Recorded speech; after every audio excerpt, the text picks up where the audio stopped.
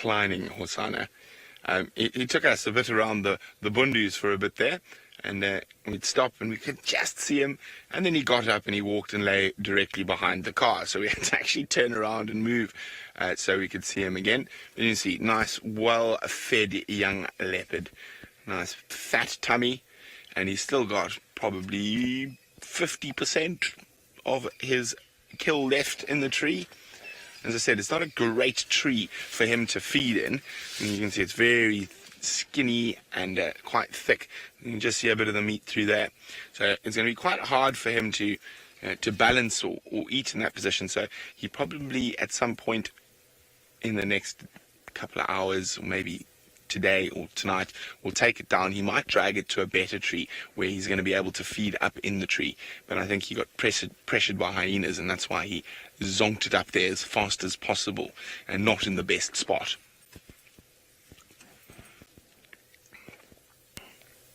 I can't wait to see him try climb this tree, because it's going to be quite funny, because he's going to be very clumsy.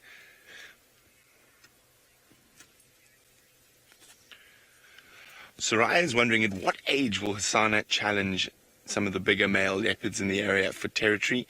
Soraya, normally male leopards will only really start challenging for territory at around 5 years old. So he's still got 3 years of wandering, and it's really nice that he's still here at this age.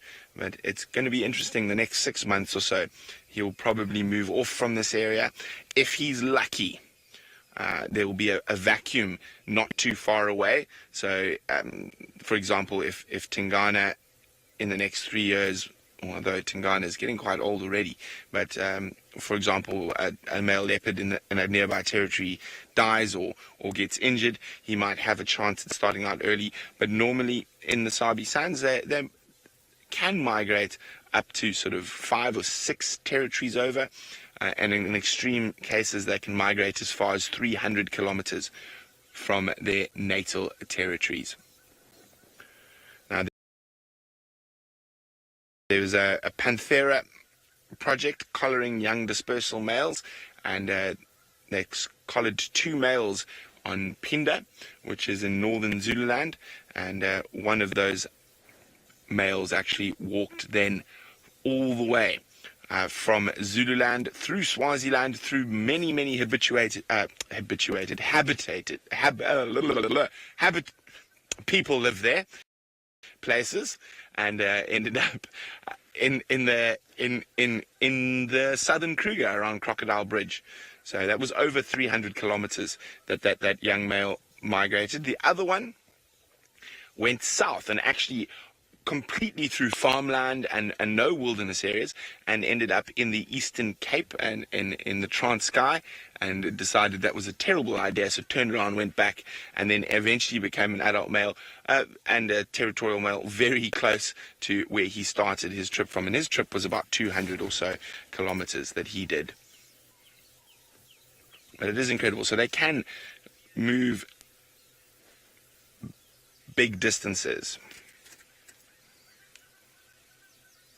Well, see, there we go. There's a perfect example. Apparently, you guys have been doing your leopard research, and the Hukamuri male was seen at Crocodile Bridge, which is a fair distance from here, and in the Timbavati, a little bit closer, but he was born in the Hukamuri.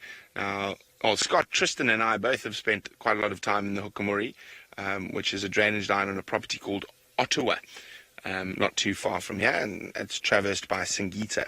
It is one of the most beautiful drainage lines in the whole Sabi Sands, the Hukamuri.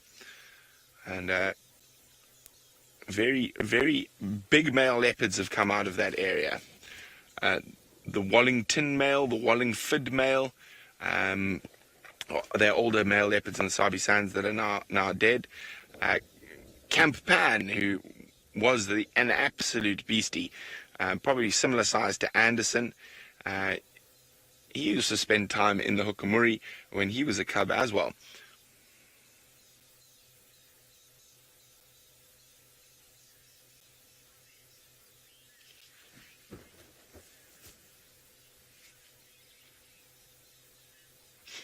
Lynn is just letting me know that they have seen Hosana scent marking. Well, I'm going to say he's a cheeky little monkey, and if he starts scent marking, the more likely is he's going to be chased sooner.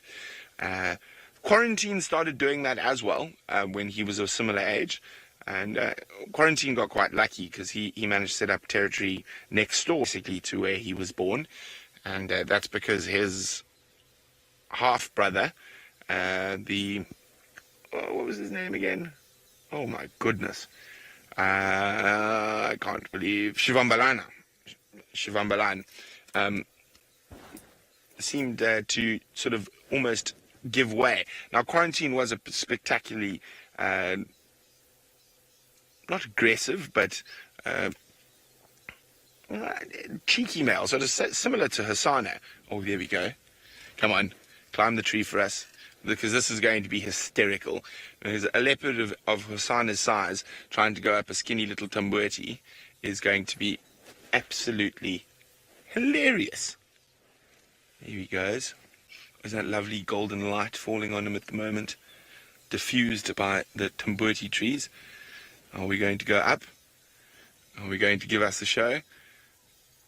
It's there, yes, it's there. I do love it when leopards look up at anything, and that light catches their eyes. No, not ready to climb just yet. They're going to flop down and just stare at the meat, make sure it's still there. Oh, there's Inyala alarming. Quite far from us, so I wonder if that's maybe Tundi. So while I get onto the radio and let anyone who might be in the area behind us know, we're going to send you across to Steve with a ball of fluffiness.